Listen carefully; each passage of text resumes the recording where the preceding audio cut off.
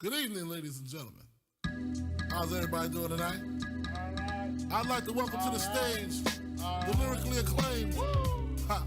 I like this young man because when he came out with the phrase, he went from ashy to classy. I like that. So everybody in the house, give a warm round of applause for the notorious B.I.G.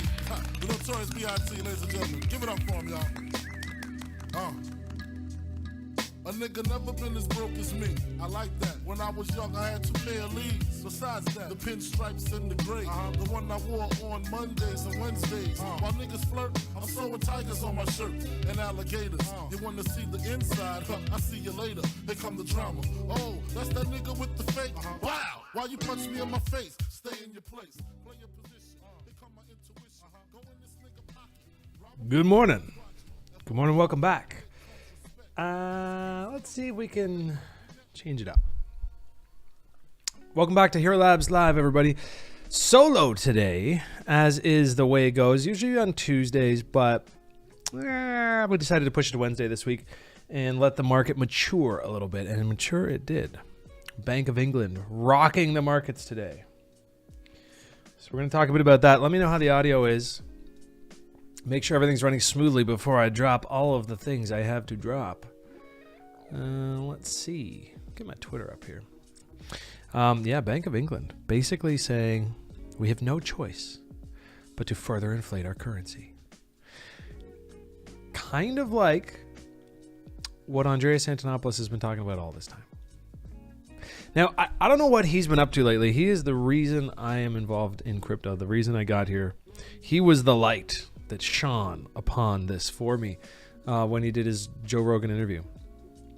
And he always kind of said, you know, like, it's this borrowing to borrow to pay to borrow to pay to borrow to pay, this like credit debt cycle would just warp all fiat currencies into the abyss.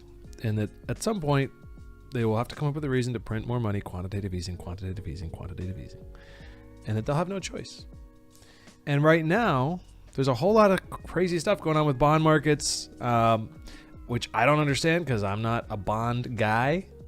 But we're going to take a look at a little bit about what I've been seeing on my Twitter feed, which is just enough macro for me. I don't need to get into it. I don't need to be a macro expert. But what I have been seeing is the Bank of England now basically saying they're going to stop quantitative tightening. Let's go look at it. Let's just pull it up. Let's just pull it up. Good to see you guys, by the way. If you're in the chat, say hi. If you're not in the chat, get here quick, because we're only going to be live for an hour and a little bit today. Ain't nobody got no time for that. Let's go over to the one of the tweets I saw today. Basically, the quantitative tightening is over in England. They are going to start buying some bonds back. Bank of England cancels speech, blah, blah, blah. What did Bloomberg say earlier? There was one earlier that I saw that kind of was like the first. I don't even follow this guy. Well, maybe I'll give him a follow again. Too many capital letter tweets. I woke up to something about this today. Anyways, I don't know. I got nothing. But let's take a look at the charts because they're responding positively to this, which to me really speaks to the thesis on Bitcoin from day one, which mine was very much buried in what Andreas Antonopoulos thinks. He was my guide, which is that basically, audio is perfect. That's great. That basically they're not going to have a choice. I don't think that the Bank of England wants to start quantitative easing again. But there's a lot of talk about hedge funds getting margin calls, retirement pension funds getting margin calls in the tune of £100 billion, which isn't worth what it was the other day, but still a lot. So they're kind of fucked. And then they have no choice. I guess, what do we call it? Propping up the bond market? Anyways, it's hairy. It's ugly. And as it's all happening, I noticed yesterday when I went shopping that Bitcoin is an inflation hedge, whether you like it or not. Whether it fits this year's narrative or not, I look at it. Now, I had a chat with somebody today who's a big old bear. Steven, if you're watching, I love you. And he's basically saying, you know, Bitcoin's no more of an inflation hedge than Apple stock has been to this point. I'm like, okay, fair enough. But this is what I did yesterday. I went shopping. I wanted to get some black shoes. Okay. And the cost of 2 pairs of shoes, a pair of sweatpants, and a sweatshirt were $666.69. Ha ha. That was pretty cool. So I took a picture. Then I got home and I got to thinking about people talking about, well, it's not an inflation hedge. Look, it's all going down. But you got to zoom out, right? You got to zoom out. This is the price of Bitcoin. Yes, M-top looks pretty gross right now. There's no bullish market structure in sight. Yes, be cautious. Take your time. You know, I still kind of view things like this, where like I bought some Bitcoin here because I just can't get over the fact that I didn't own any up until last week. You know, I'd been in and out. So I decided to get a little back, but ultimately this is still my view. But look, to say it's not an inflation hedge based on maybe the last 6 months of price action, 8 months, is crazy to me. Now, I went to high school sort of like 2002 to 2004, somewhere around there. And, you know, we used to go out, get some new kicks, get some new sweatsuit, new track pants, track suits. And I remember, because I used to spend about $300 on like one outfit, 2 pairs of shoes, and I was getting the nice ones, you know, the Air Force ones. Nelly was rapping about them. It was all good. And that felt like a lot of money. It was like, oh man, $300. It'll take me a while to earn that. Anyways, fast forward. I'm in uni. About 420, maybe a little more. And at that time, 2012, that was like 117 Bitcoin I would have had to spend to get 2 pairs of shoes, sweatpants, shirt. And then yesterday I went out shopping. I couldn't believe it.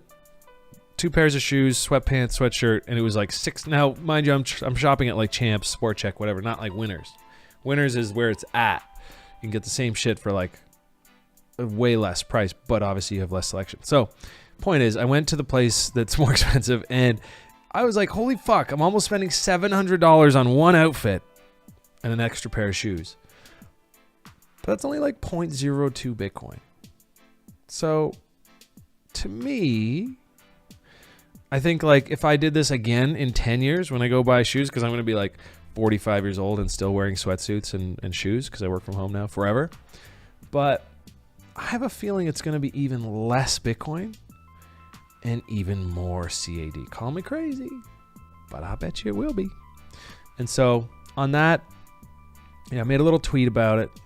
What are you going to do? You going to tweet about it? Yeah, I'm going to tweet. I'm going to like my own tweet.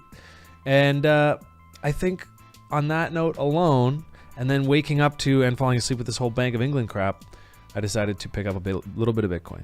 At least just to hedge some of my CAD. But all things considered, I still think, you know, the majority of my purchases, I would like them to be down here. Obviously, right? If I like something, why not get it cheaper? So that's my opening rant for today. Evidence of inflation in my shoe buying. I'd be happy to show you that the shoe quality is inflating as well. Look at these, come on. All black, but then they got this nice, like nerds, you know, like colored nerd pebbles. I love these shoes. Anyways, so worth $180. Jesus, I don't know, but love the shoes. I'm happy with them, and I'm just happy that, you know, I broke out of the wage slave life, because I know, you know, this is what concerns me, is like, I know how much teachers make. I was a teacher for 7 years. I know what the raise looks like each year. It's a 10-year scale, and at the top of the 10 years, it's not bad. Some provinces, it's $102,000 Canadian before tax. And every 4 years, they renegotiate and they get an extra 1 or 2%. Every 4 years, 2%. 10% inflation, 9% inflation, 8% inflation. We're fucked. Because if teachers stop working, society collapses. And that goes for nurses and police and firefighters. So we'll see. Thanks, man. Yeah, I'm appreciating these sweet kicks. But so this is why it concerns me, because I know what my budget was like as a teacher, and I lived in a basement apartment. I had $200 extra per month to do with what I pleased, whether that was invest or save or go party. And it's concerning. It's concerning to think of what this will mean for the rest of society. I know we live in a little bit of a bubble here in Crypto Town. People talk about, these tweets like, what would it be? What would be your level of amount of wealth that you would need to retire? And people are like, oh, $7 million is nothing these days. I'm like, God, relax. $7 million is a lot of money. Okay, 5 million, 1 million, like all of these numbers are a ton of fucking money. If I was a teacher, just teaching, I mean, I was always doing more than one thing. I had like tutoring gigs. I was always trying to hustle, do extra stuff. And I would have maybe saved $200,000 by the time I retired. And that's if I didn't buy a house. So let's just breathe in a moment of reality here, and then we'll get after the charts, because I am like a weirdly bullish Bitcoiner today. I'm feeling the inflation hedge narrative. It's in my blood today.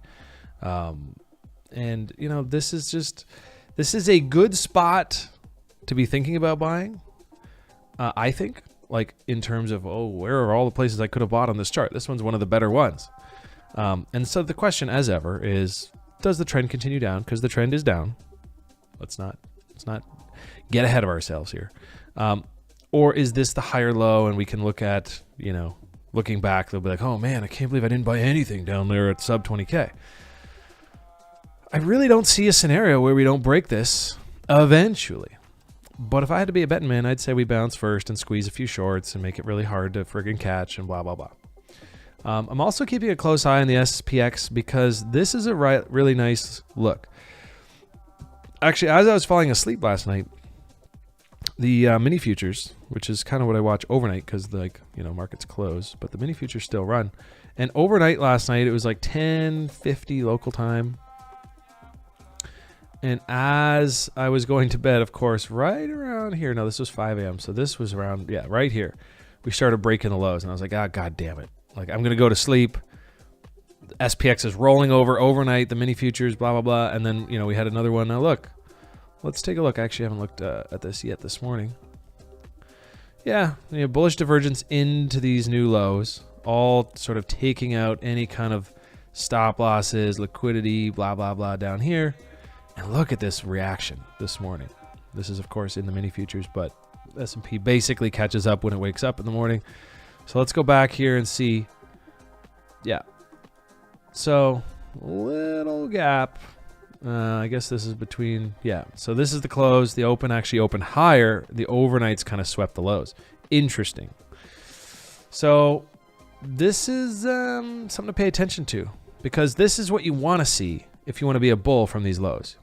You don't want to see it go close to lows and then come back. Like, sweeping them before it comes is going to give it a lot more juice on the move up, the following move up. And we do have some gaps up here.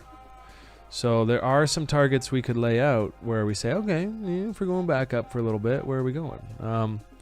There's a lot of little liquidity gaps here. I'd say at this point at least 37.58. So with the lows taken, that was kind of a bearish engulfing at the lows. It was a little weird yesterday. I didn't know what to make of it. Don't do a lot of bearish and bullish engulfing candlestick patterns because they don't really happen in crypto, except for on like CME and stuff. So anyways, this is really good look for anyone who wants to be a bull from these lows. That's all I'm going to say.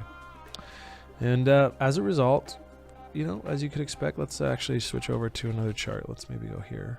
It's a little cleaner for a shorter time frame. And as you can expect, Bitcoin also reacting positively to that. In fact, the 4-hour close we got 1 minute ago while I was speaking was quite bullish. So that's cool. Now don't be that guy who's watching live and is like, ooh, buy, sell, based on things RT says. Don't do that. Have a better plan than that. If that's your plan, god damn it, you're screwed. Not going to make it. But right now I'm looking at this and I'm just like, I'm glad I kind of FOMO'd back into some Bitcoin this morning, because I saw the Bank of England thing. I already kind of had this weird suspicion that any selling I did near those lows was just stupid. So the bit of selling I did do, I undid and then added some more back because I just thought, train myself to trade the plan, which is buying the higher lows against high time frame lows at key levels on bullish divergence. All the things I want to see in life put together. Let's get the RLZ. Right, so you have this 786. That's not correct. Which one was it? Coinbase? Oh no, I know what it was. What was it? FTX. Yeah. Anyways, all these little levels here, all adding up. And I decided I want to be a buyer here. I'm happy to like eat shit one last time. I don't mind. I'll do it if I have to. Because I think if I had to be a guessing man, I'm probably ranging here for a little bit. If we're going to break these, you know, maybe a little, and then break them, like whatever. It's not going to be easy. It's not going to be like, oh, we dripped into the bottom and then it just fell through. When have you ever seen that? Don't show me. I know there's been a few times, but I just don't expect it. Expect it to be harder. So this looks good for someone like me who's trying to be a short-term bull and a long-term bull and a mid-term bull, blah, blah, blah. So that's my take, my hot take on the market this morning. I think, you know, that narrative shift, my God, if the UK bank, all this stuff, quantitative tightening is like, well, it was fun, but we actually can't do it because we're just going to crash the entire economy. It's exactly what Andreas Antonopoulos and a lot of other Bitcoin bulls have been saying for a long time. Is that they'll have to inflate their currencies to shit. They'll have to keep printing and printing and printing. Now, Documenting Bitcoin put out an interesting thing this morning. I don't know if we can watch it. Documenting Bitcoin. I don't know if we can like watch it together live, but you should. Not familiar with her politics, blah, blah, blah. Not here to talk about partisan politics, but this is a U.S. senator talking bullish about Bitcoin, saying that she is comforted to know that Bitcoin exists. The narrative, sometimes I just have this like time capsule where I go back to 2017, 2018, and the kinds of discussions we would see about Bitcoin. And then I fast forward to today and I think about these kinds of discussions that senators are having. I mean, it's happening, but it's happening really slowly. It's like watching grass grow. You know, you got to step away and then look back and be like, holy shit, that grass is really tall now. I got to cut it. And so the narrative is shifting, basically describing inflation and how bullish, not even bullish on Bitcoin, just happy that Bitcoin exists. That's what she's saying. So anyways, I feel like this isn't the tweet that I was looking at earlier. Maybe they did it again. Did they put her out twice? Anyways, we'll just retweet that one. So if you don't want to go follow them, you can just see it on mine. But I like that. I like seeing that kind of stuff. And I don't know. I felt a little shift this morning when I woke up. Not just because Bitcoin moved like $500 to the upside, but just that narrative shift. I said, holy shit, there's the narrative. That's the narrative that could carry us up a little bit. But I'm not here to trade narratives. Let's be honest. I'm a TA bro. And this is just at some levels, you know, slam down into 20K, drift up bullish market structure, slam back down in, test the lows, and volume rising. Although this is Binance where all the fees are free on Bitcoin spots, so we should probably look at something a little more realistic. Coinbase. Wow. So not as exciting. Or does that just speak to, you know, Bitcoin volume being better tracked on Binance now because it's free there and that's where most of it's happening? I don't know. But I really like bidding these lows with some cash. Not all. In fact, like less than a quarter of my cash deployed here on Bitcoin at the lows. Now, why Bitcoin, you ask? Well, look at the friggin' Bitcoin dominance chart. Look at that. Doesn't look like that bearish right now. It's been bearish since basically January 2021. And it's done nothing but go down, and it's been consolidating for basically the rest of 2021, 2022. Swept these lows, which is kind of random and stupid because it's just a dominance chart. There's no stop losses there, so to speak. But there would have been stop losses at the highs on, you know, ETH BTC and all that, so some inverse plays. But anyways, sweeps lows, starts to move back up. How high does it go? Does it take over the narrative? Do we get back to this hedge, you know? And what would that look like? I don't know. But ETH BTC continues to look droopy. It's not looking like it's going to move anytime soon into the, like, you know, new highs. Sad to say. If you missed it, I did acknowledge that I tried to short it here and long it there. Yep. So fade me now.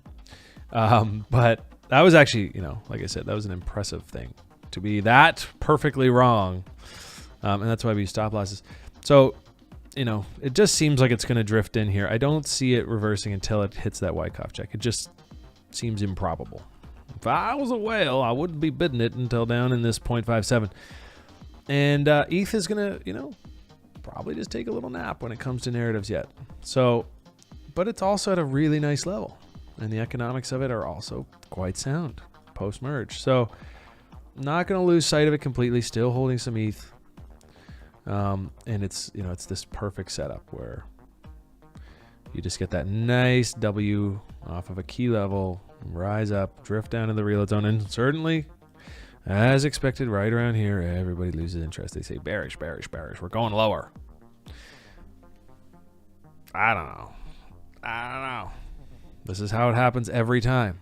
So I've got to get long when I see my setups come in. And, I also know some people that have some very good traders that have setups that, are short right now. And they're going to try to get in down here. They're going to try to get long deeper. I'll do that too. I'll survive if I'm wrong here, but I'm going to take a little dip in Bitcoin, not in ETH. I didn't buy any ETH down here yet. I might regret that, but for now, I just, bought some shoes. They were very expensive, and I fell in love with buying more Bitcoin. I said, these Canadian dollars suck. Every time I go to spend them, they're worthless. So that's my take today. JB, great to have you, man. Good to see you too. Will Russell, good morning. Curious to know what you guys are doing in the market this week. I think I've been doing a lot of waiting.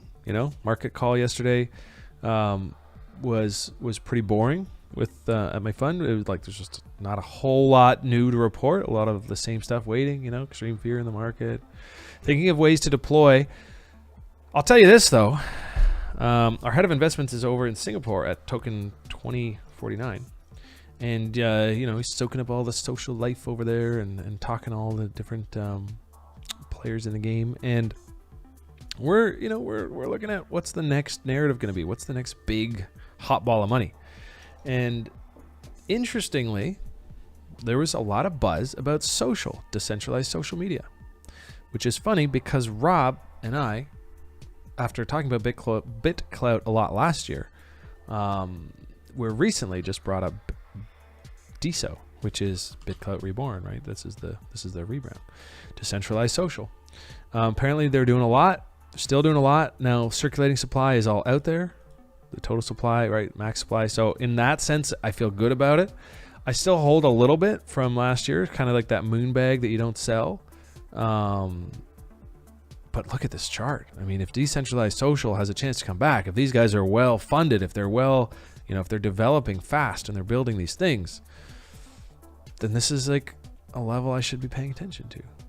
And then you got a guy like Rob Levy who doesn't bring up bags very often, and he decided to bring it up last week. So I thought that was interesting timing to then hear that there is a lot of buzz about decentralized social over at token 2049, or at least some. There was a conversation at least. Couldn't tell you, I wasn't there, but that was the report back I got yesterday. So let's see what we have. I mean, this is disgusting.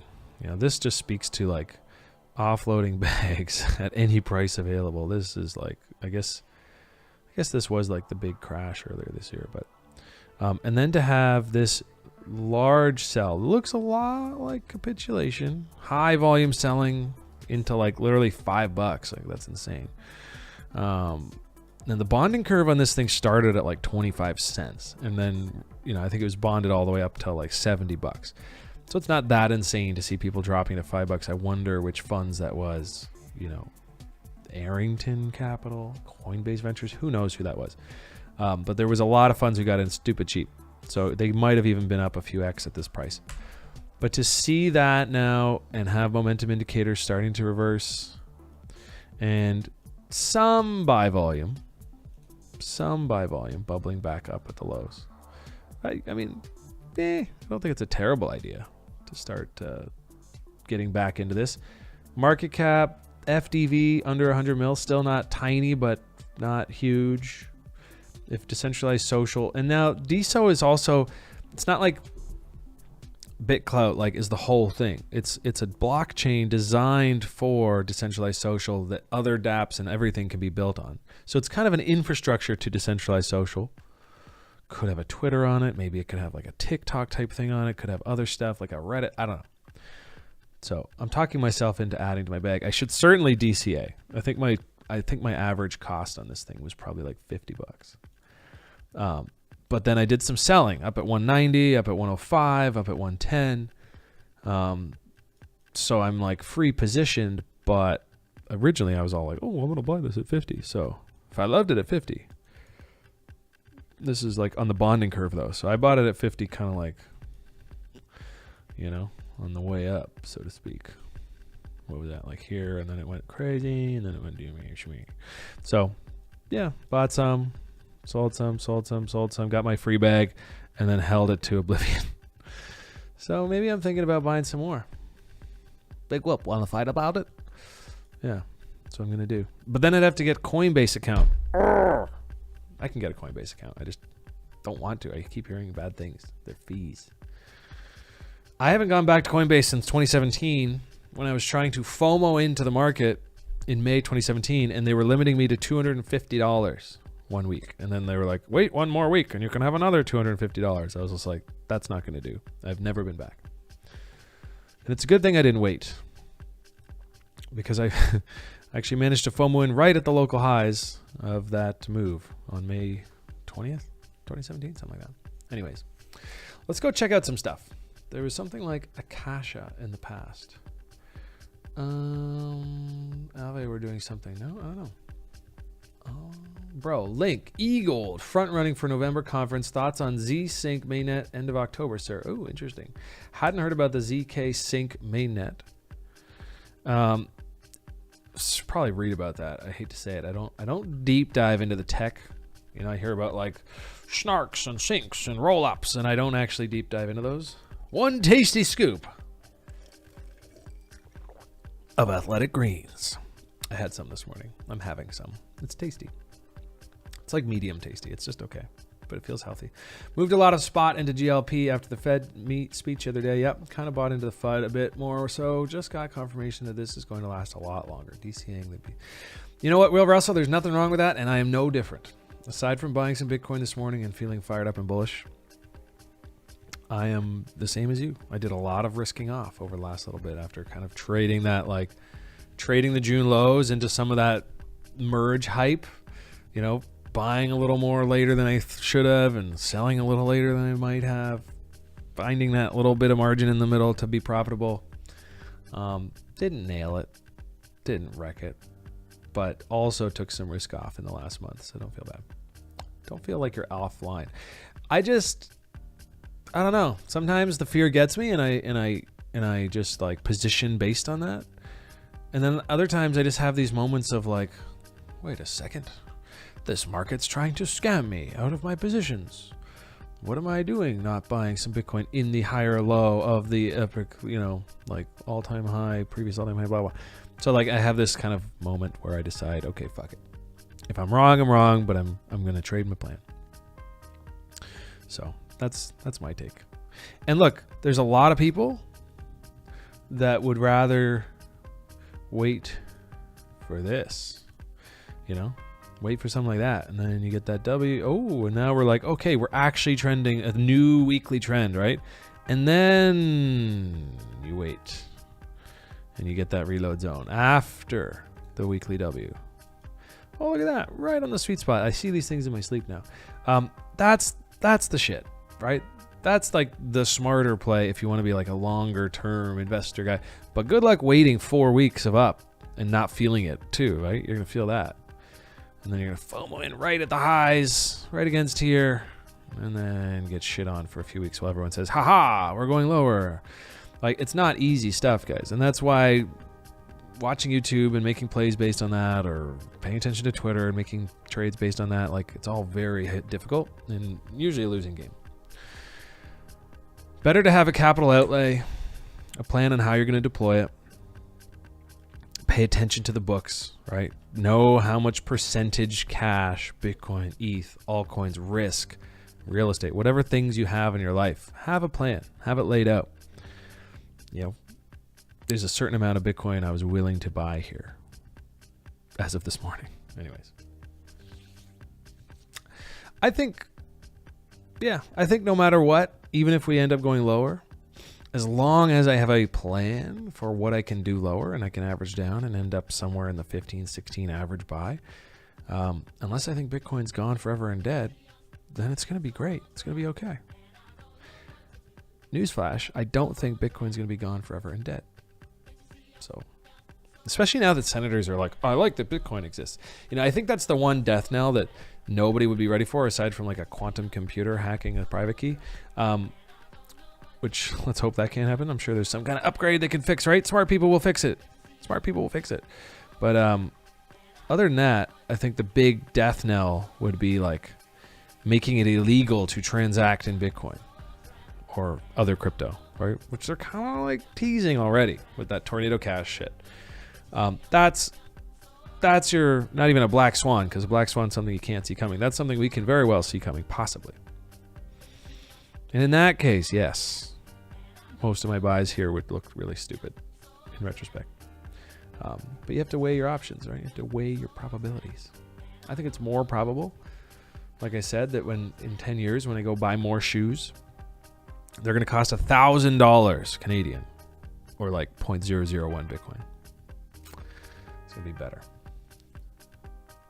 Sushi, thoughts? Yeah. Okay, let's get back to the chat. Look at fan tokens. I was referring to SOC networks. Oh, social networks. Oh, is Aave doing something for social? I don't know. So this is the new thing now. So now that we've heard that from token 2049 or whatever, now that there's a little buzz there, I plan to do some more research on social network tokens.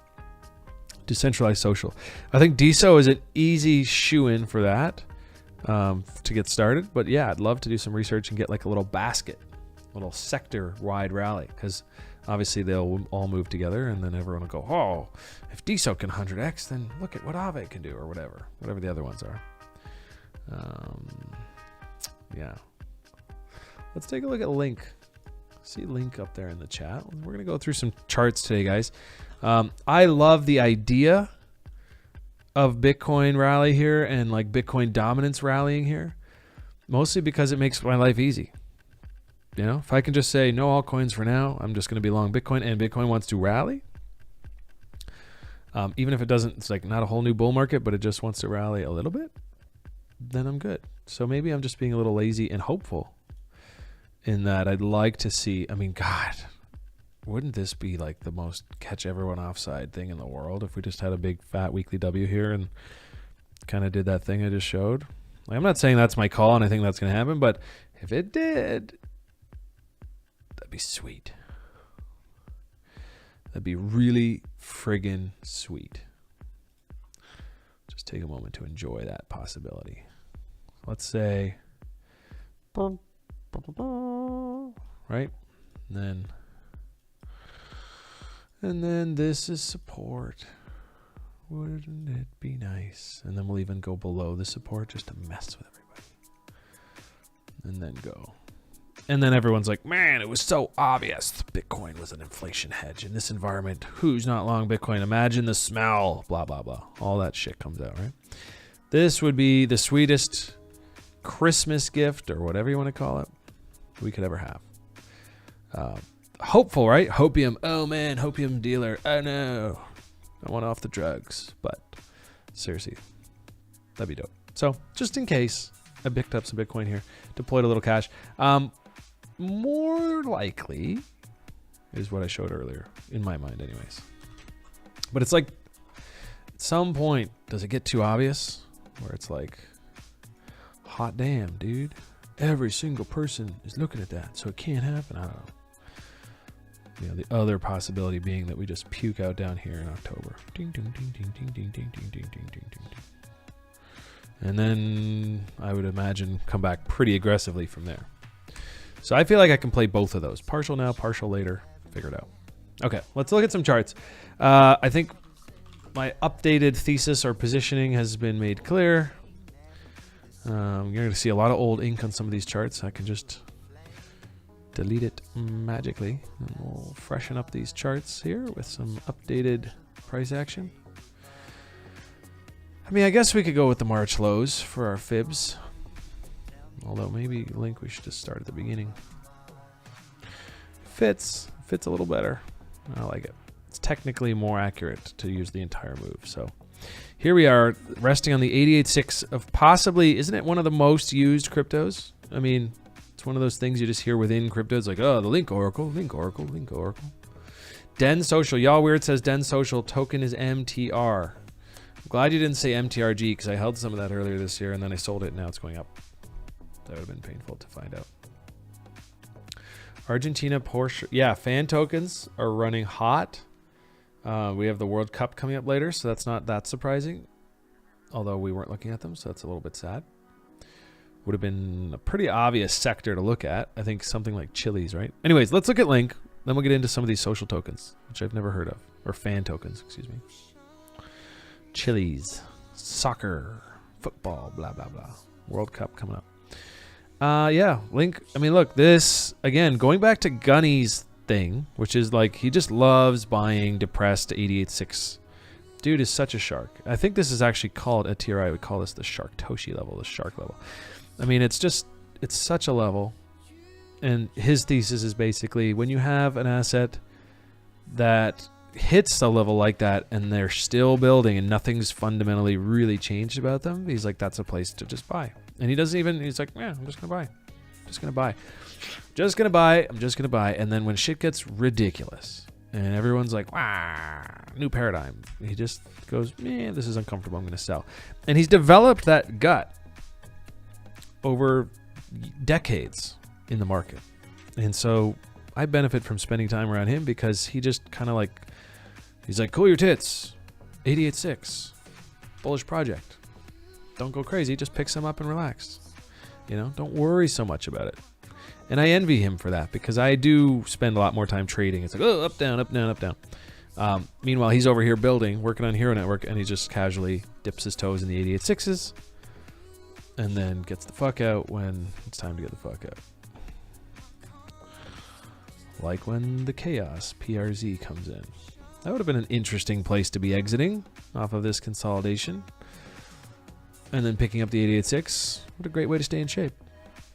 So, take notes, folks. This is how the pros are doing it. Something I aspire to this cycle, which means I have to be starting to add 2 bags here, not suddenly deciding to get all into cash. So the market scams me out of my tokens. I did do a lot of getting into cash over the year and a lot of in and out, as you guys know. Not perfect. But more and more, I'm just like getting more comfortable accepting total loss on certain bags and adding a little bit to them. So yeah, yeah. All in all, Link looks great. Boop, boop. Weekly W would be here. There's no reason we can't wait for that. You know, Gunny's style. Let's get me that 88.6 and fuck off. I don't care. Goes lower. Don't care. I got good value. TRI style is a little bit more like, hey, let's get the weekly W. And then let's set up, either you can breakout trade it long term, sell halves on doubles, whatever. That's their, you know, some guys' plans. Or it's more my style, which is hum and haw and indecision forever and wait for that weekly W and then the reload zone. Which is like, oh, look at that. We have a weekly W and then... And like, so kind of like loading up during this. The dip following the weekly W. That's my favorite place to get, to express my longness. So yeah. Probably wait for that, for the big loads. And in the meantime, just keeping cash as prevalent as possible. And then aping into things like, you know, again, Bitcoin, it's easier to control. It's one bag, it's one position on one exchange, you know. It's not like spreading out into 20 altcoins that I'm bullish on and then hoping that this whole pair, you know, the BTC pairs and all that. It's a lot of moving parts for a choppy crab market, which is what I expect here. So not loading the Link bag just yet, but I wouldn't blame somebody who was. I wouldn't say that's bad. That's your plan. Do it. Link ETH. Okay, let's go check out Link ETH. Somebody suggested. Nice little split pair. Is it bullish? Oh, yeah. You see? Spicy biscuit. So, I'm holding some ETH. I'd like to have more ETH. I'm trading against Ethereum. Well, I just got a weekly W, which is cool. So that means if you want to just, if your plan is to trade your Ethereum in for Link, you just got it. So there's the weekly W. It's already confirmed. Nice little volume. And so any dips through here are basically the buy for my Ethereum to Link. If that's how you trade, right? So you're saying, I'm bullish on ETH and this thing is outperforming Ethereum, or it looks like it will be for the next little while.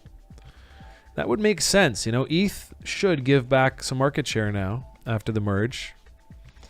And of course, I was hopeful that post-merge would be like, wow, but I was very aware that you don't always get that, and it's more likely sell the news, lack of future excitement. What's coming up for ETH? I'm just going to buy the thing that's shiny and bright. That's the way markets go, right? Sell the news. So ETH should give back some share to a lot of different names. Link has just been getting wrecked since basically summer 2020. I mean, it just never recovered. This is versus ETH. I guess we should look at it versus USD, but I do remember it kind of missed the second half of the bull market, right? It peaked in that May 2021 spring rally, and it never really had any more fun after that. It had like a bounce and then died. So that's Link Marines for you, but they got to party the entire last bear market, so whatever, they'll be fine. Oh, look at that. So cheeky. So cheeky, right on the RLZ. Oh, Ribbon Finance. Most DeFi protocols. Most used DeFi options protocol. Announced a new options product today. One of the few protocols that actually generates more revenue than rewards in token emissions. Interesting. AlphaGod. Let's check it out. And with a name like AlphaGod, I'd be crazy not to follow up. Okay, so we have Ribbon Finance. I feel like there might be more history just on here. So let's go take a look at that. Ooh, there isn't. Awkward. Talking about emissions. Holy shit. This thing has been on a mission to zero. But let's take a look. This thing dumped all the way to 16 cents. Okay, one last chance on chain for some juice. Looks like V3 is the best liquidity versus USDC. Has it? Is that the whole chart? Yeah. Oh! Nothing looks good about this. Being a little bit dramatic there, but let's see. RBN, was that the one that had the big like Sybil attack and everything was like so annoyed and everyone's like, fuck you, you're a jerk. Ooh, yeah, okay, that's a little better. Okay, here we are. With the log chart. Should we waste our time going in? Is it a waste of time? Oh, it's not a waste of time. Let's do some colors. It's a little sad that this widget doesn't save colors because with my OCD, I just end up getting stuck doing this a lot. We'll do it live. I like it. Okay. Yeah, airdrop farmers. There you go. This is the one that got Sybil'd bad. Yeah, I remember that. Vaguely recall. So look, yeah, I mean, the cool thing is you hear about things like that on a coin, and a lot of times like the broader market, they're like, aha, Sybil dead, and then it just like it loses the public eye, right? And it takes somebody like AlphaGod to remind us that, oh, they're actually not dead, they're still building. And while that did cause some chaos and it required a big shakeout and everyone kind of stopped paying attention, we can quietly see that in fact the selling has kind of dried up down here. There was lots of, sellers in charge. Oh, buyers kind of taking over. Sellers falling asleep. Buyers present. Sellers falling asleep. Buyers present. Right? Bulls are here. Bulls are in control. So what we have is this thing tickling the lows, living in the reload zone, buying, stepping in, selling, kind of drying up. That's how bottoms form. And so my next question would be like, what are they building? How many users do they have? Are they generating revenue? AlphaGod says yes. Few protocols actually generating more revenue than rewards in token emissions. Now, where can we go to look for that? DeFi Llama? Should we go look at DeFi Llama? Help me out here. I'm going to actually do, this is what I used to love about Messi streams. He would actually get into like one token on stream and go look at real metrics. Let's do that in his honor, because he couldn't be here today. Not be so lazy and just go chart. I want to see what's going on with RBN. What was that one where you can look up the PE, the PL, whatever, PE ratios? Token terminal. Let's go look at that too. Let's just do it. I want to see token terminal fundamentals for crypto. Yeah. Oh, I don't have a login. Damn it. Such a noob. Try our free dashboard. Okay.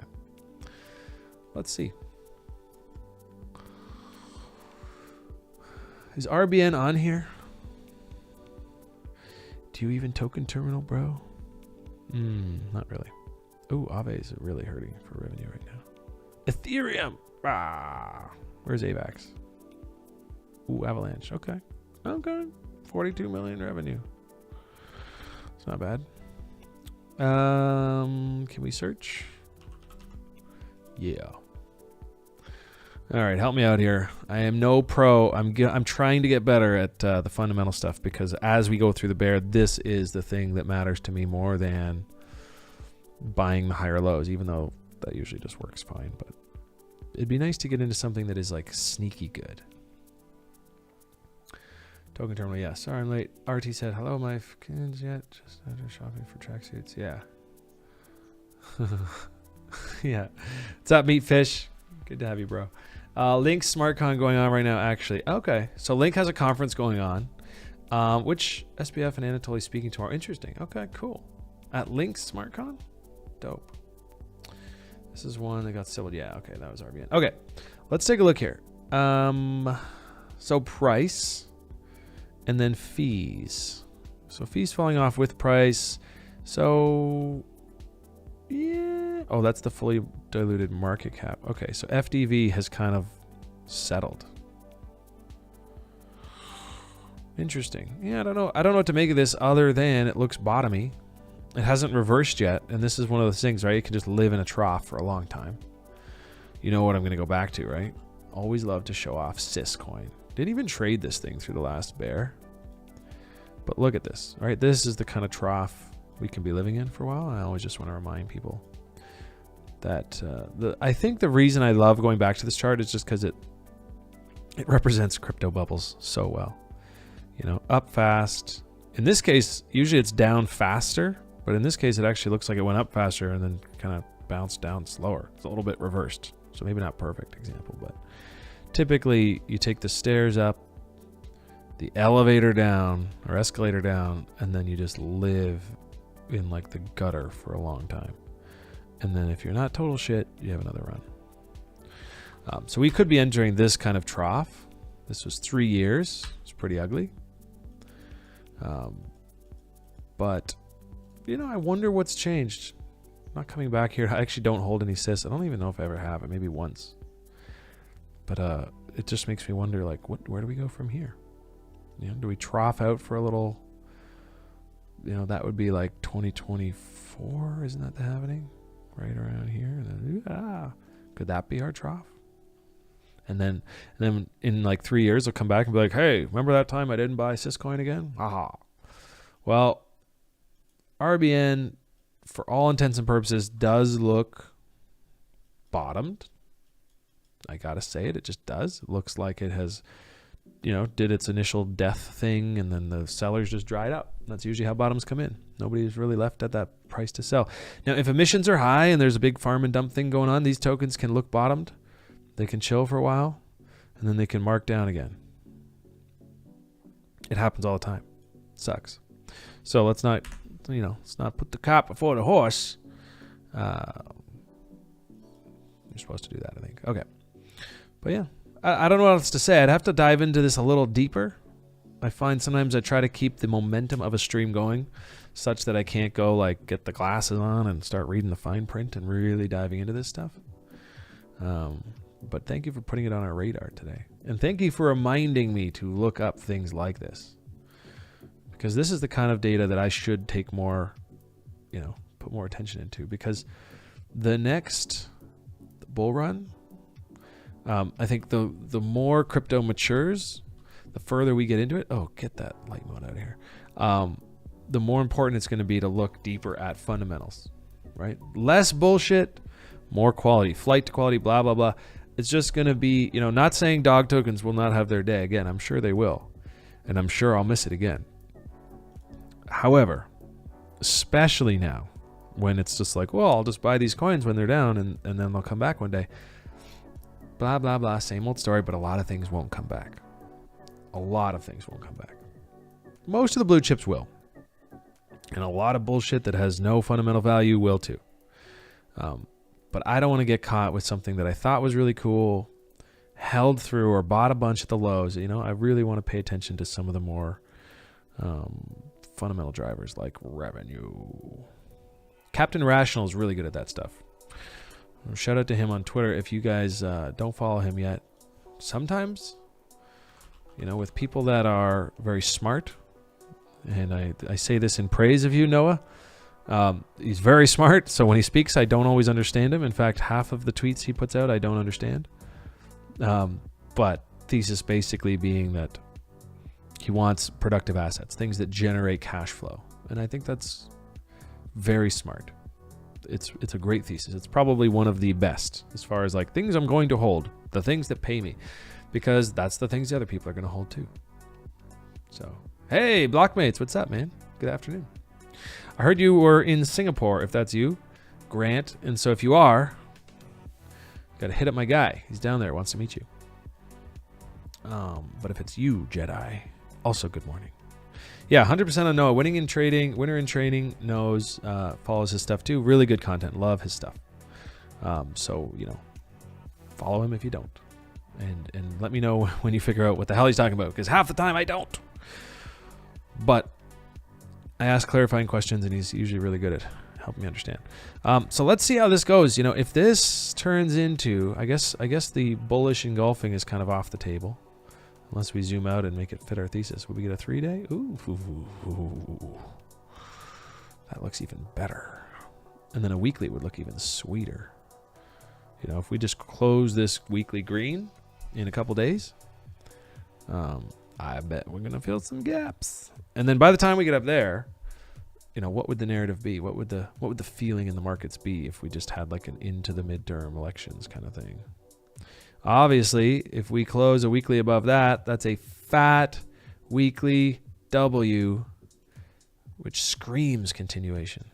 Let's not get ahead of ourselves, okay?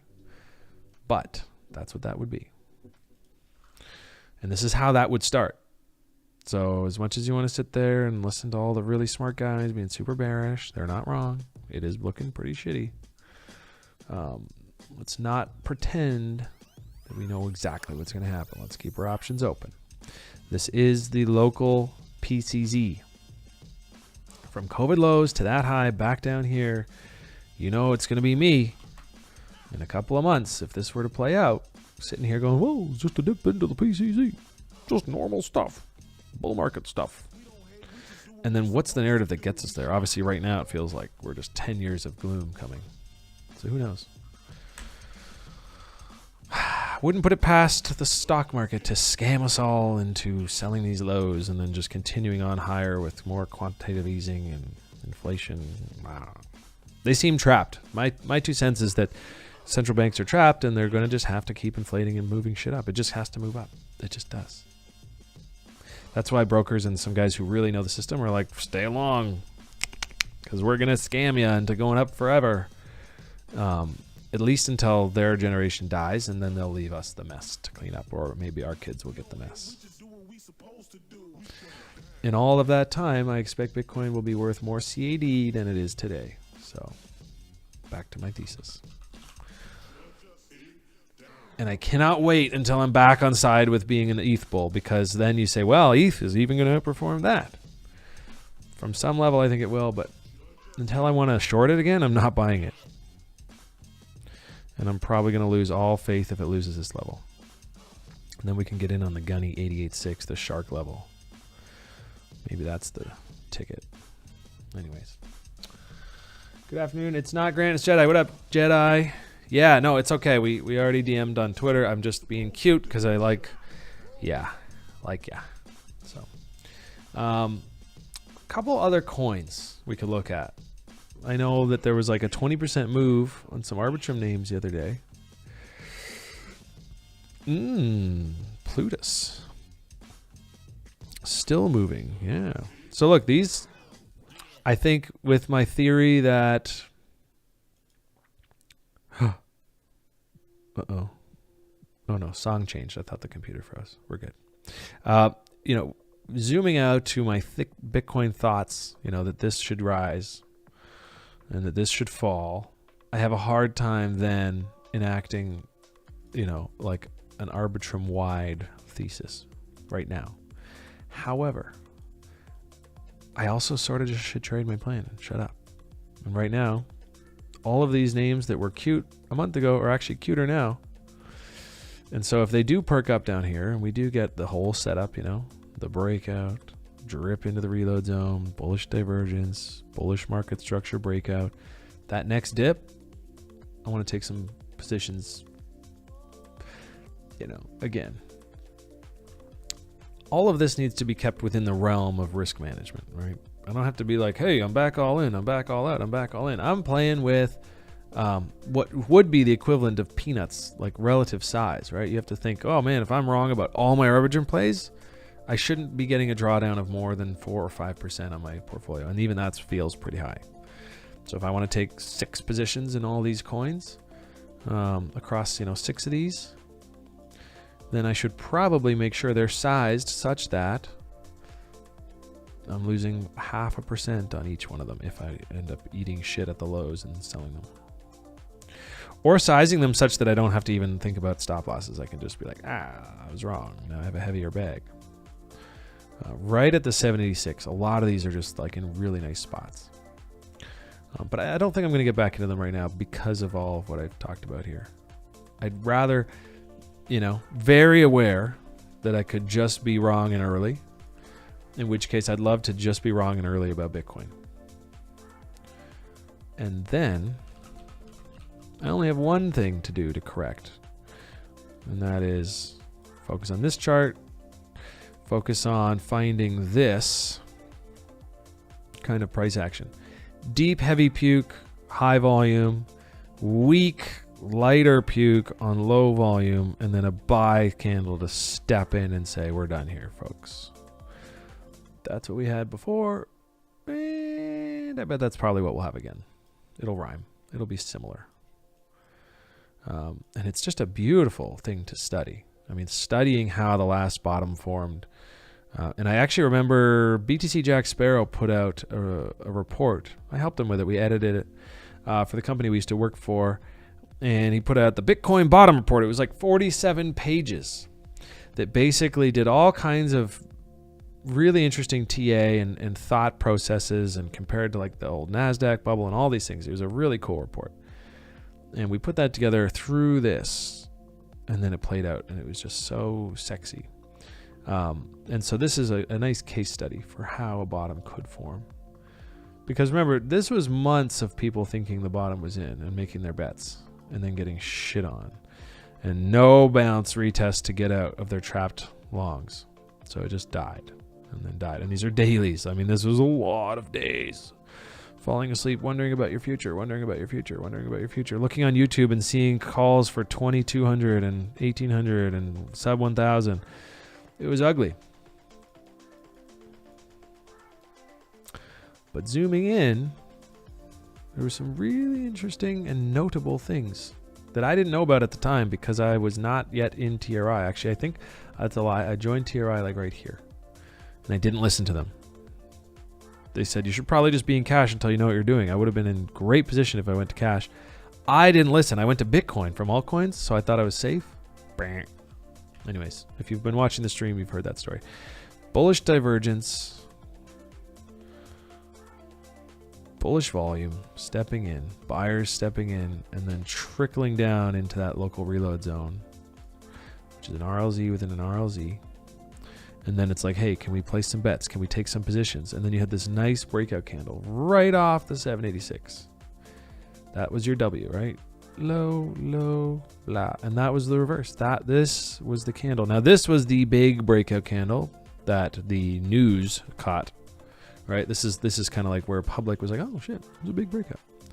But subtly, this was the candle that signaled the whole goddamn thing. And the pump chaser zone didn't exist back then because I hadn't created it yet. But look, I bet it was the one. Yep, imagine that. So would I like to find something similar and wait for that? Yes. The golden entry, 3,500, and not just random too, right? We had reasons. We had all kinds of reasons to get in there. A trading plan. God, how sweet it is. So let's look for stuff like that. I don't think we see it yet, but we certainly see a maybe. If anything, this is probably the one that fakes out, right? This is like the one that's like, RT, we're too soon, which is my problem. It's my weakness. I sometimes know how to spot it, but don't fully accept the reality. And so I get caught, like I did this spring, trying to do this too soon. But at least if you're getting long on something like this, we even had that confirmation candle, and then it was like, fuck you, I'm bearish. And then you just had to recognize that and get out. Lost some money. Definitely lost some money here. But preserved capital overall. And then waiting for the next one to set up. Tried to right here. I don't think that was in May and June. Yeah, I don't recall getting too excited here. I think a little bit, but not really. Now I'm getting excited again. Gotta be. And if I'm wrong, I think this one feels like it's the one where I would give up. Typically, like an emotional level, that would be like, oh, I'm just so done. I'm just gonna wait for a bull market, man. I just can't. And so I'm gonna go back, remind myself to study this. See if we can wait, because it took months, guys, months to play out. This, like, let's see, from the break of the lows until that signal candle came in was 89 days. 89 days. 3 months. That's like 3 months, 12 weeks, 24 streams. That's 24 live streams of analysis without buying. That's not easy. That would be like, what is it, October now, basically? Like September, that'd be like going back to our June streams and be like, I'm going to pay attention and watch and not do anything for 3 months. I mean, it's very, very hard to do. But that's the plan. If we get down into this box. Patience. And I hope it rhymes, but it's even like cooler. Maybe it doesn't take 3 months. Maybe it takes 7 months. I don't know. But there will be that signal candle, and when it comes, I better catch it. I swear to God, guys, if I sit here and see that candle and go, I'm just going to wait. Just remind me. Remind me of this stream.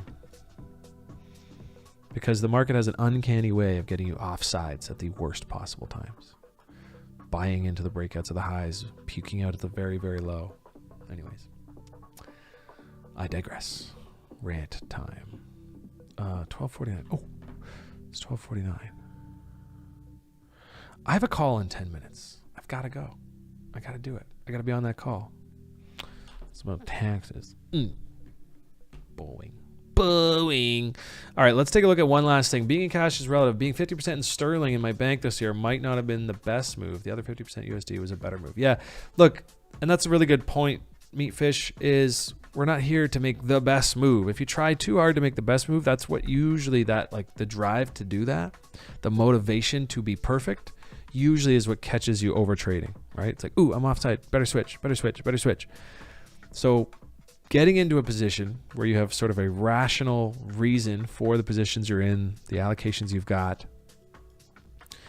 and then accepting that you're not going to be perfect, that you are not going to catch the bottom, that the Bitcoin I bought here at 19,000 or 18,500 is not, it's probably going to be underwater for some amount of time. But on a long enough time horizon, can I be confident that it will actually be a great entry for longer than it was underwater, right? Long term. That the sterling silver that Meatfish had in his bank may not have been ideal. Maybe silver's gone down. I don't actually know. However, or you mean sterling like pounds? Yeah, maybe that's what you're talking about. Anyways. Point is, yeah, trying to be perfect is actually a recipe for poor performance. I think accepting certain measures of risk is a key element to success.